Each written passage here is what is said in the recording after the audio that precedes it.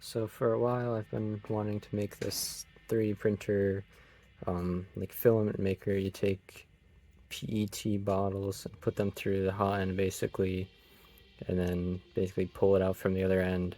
So you need a heat controller and basically extra hot end. So I went on AliExpress and just bought one of these cheap hot ends. Comes with nozzle, thermistor, heater, and everything.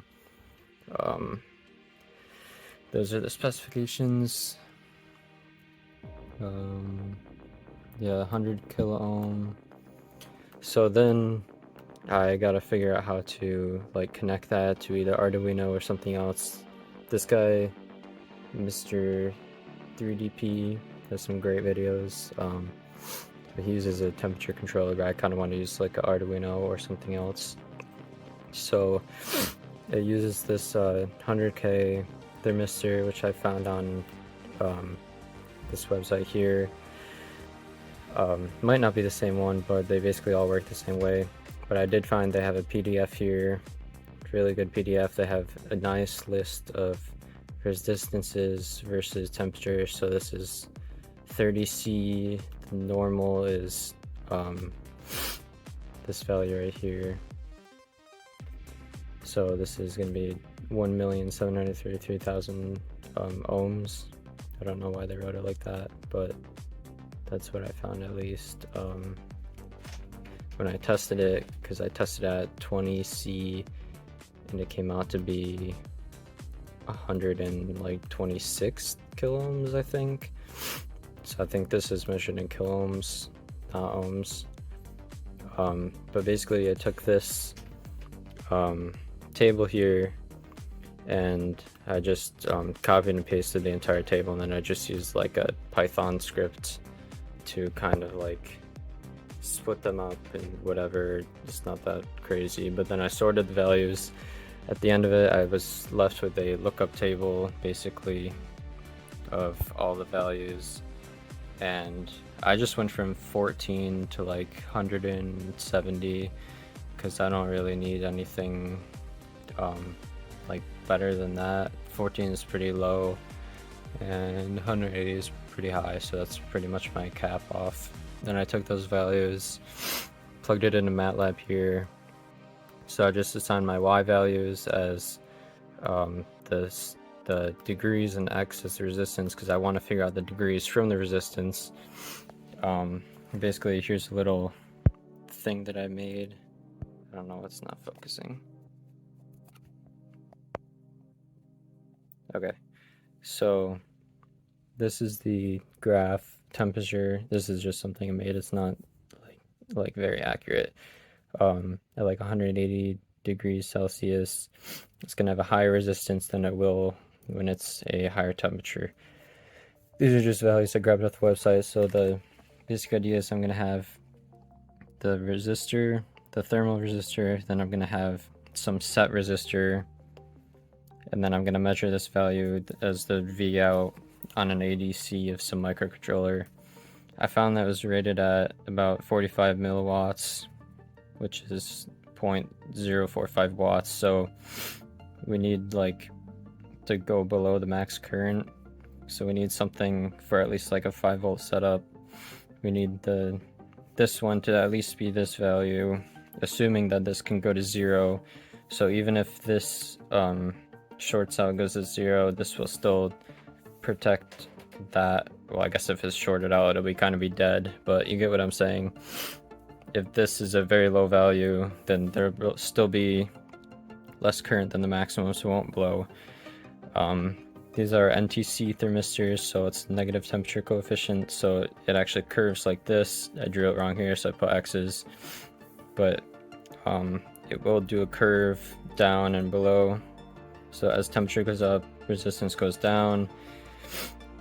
So if it was very hot, it could go down to like 0 ohms, so that's what I was saying. Got to keep it below this max current. This was the basic idea. So I was going to use a 1 kilo ohm resistor since that's greater than that, and then 5 volts for the CV supply, or 3.3 or whatever. And then out from here, I was going to have it go to the ADC. So this brings me to the next thing right here.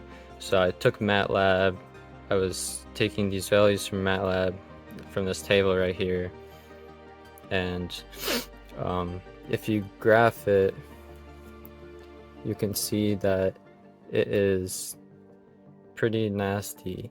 So it's not linear at all. If you try to linear fit it using a polyfit on Matlab, even of like order 8, it's not very nice. It still looks like this right here. So that's not going to be very accurate. So what I ended up doing was that I decided to change the x values to log x, which actually does the natural log of all of them. And then after you do that, you can run it again, and then you'll see that it actually becomes quite linear. So now we can take this line. So these are the coefficients to that line I have here.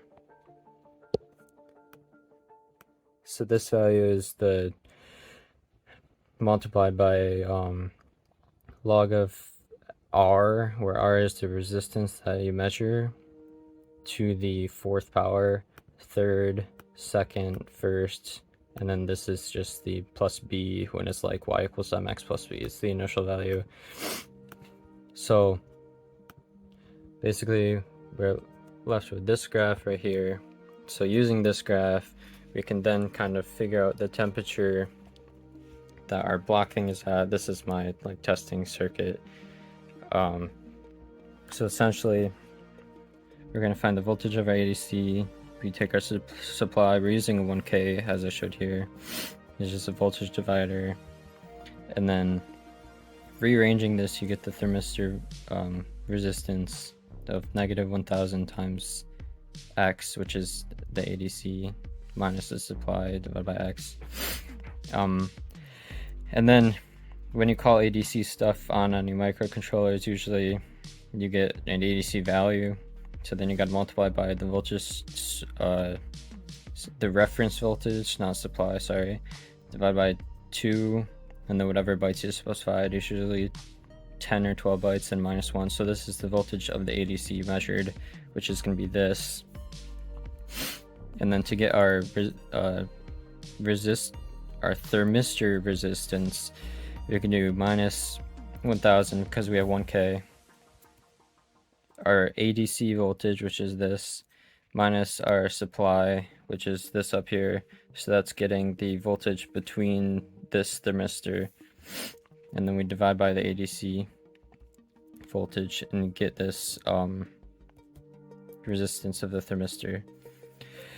And then I was just looking at 12-bit ADC is going to give us 1.22 millivolts per bit, whereas if you use 3.3, it's going to give you a little bit better measurements. But that really depends what resistor you choose here, supply voltage, and what values you expect to be within your range. Because if you use a like very high voltage and then a very high resistance, this range here might not be as good. It might go from like 180 to 200 really, whereas if you use this setup, you could get a wider range. I haven't done the math for that, but you can do it yourself. This is just using the Matlab stuff I just showed. So essentially from here, now we can go into the kind of implementation to the microcontroller. I'm using the STM32. You can use Arduino too, but basically this is where all the magic happens. I'm just doing 50 ADC readings. I'm just getting all of them, adding them together, divide by the amount of readings. This is the resistor voltage, because I'm using a 3.3 source, divide by the bits, which is 12, and then the resistance is just that equation I showed, and then the temperature is using this polyfit equation that Matlab showed us. And then I already made this code previously, so I just kind of plugged in these equations, but I'm just going to show how this here. So I made this circuit. It's just a 1K, instead of 5 volts, I'm using 3.3 because this controller default uses 3.3 for the ADC, so I'm just gonna go with that for now. But we have 1K here. Probably can't see very well. It's brown, black, red, maybe? I don't know. I forgot what it is. But we have the 1K there, and then I have it connected to the thermistor. I don't know why it's so dark. Okay. Have this thermistor connected up. These are the yellow ones. So we have this right here is the source voltage, yellow thermistor, resistor, gray is the ADC reading, and this orange is ground. It's not crazy good circuit, but I'll improve upon it. And then I just plugged it in the computer, so it just turned on. But I'll just show me uploading it just for proof of whatever is connected right here. But as I said, you can use Arduino too. It's the same thing, but I got this device for class, so kind of just wanted to use it. It has a screen, so I can do some like fancy graphs with it. Alright, so just start it up. All the initial values are set to 0 at first. So I made a little graph thing. As you can see, the ADC readings go up and down, up and down, up and down by 1 bit, which affects the temperature readings as well, so it's not going to be crazy accurate. But as you can see here, it is measuring pretty accurately. So we got 19, 20, 21. So if we go to, I don't know how many people know Celsius, but 20 C to F is 68, which is about room temperature right now. So that's as far as I've gotten currently. This is basically going to be the like Extruder Controller. So I'm just going to have like a MOSFET that turns on this heater so I can put through the filament. And then I already have the touchscreen implemented. Sorry, I hit the reset button on accident. Have the touchscreen implemented, so this is like the set to temperature. So when I go click it, it can go up, so I can set it higher or lower.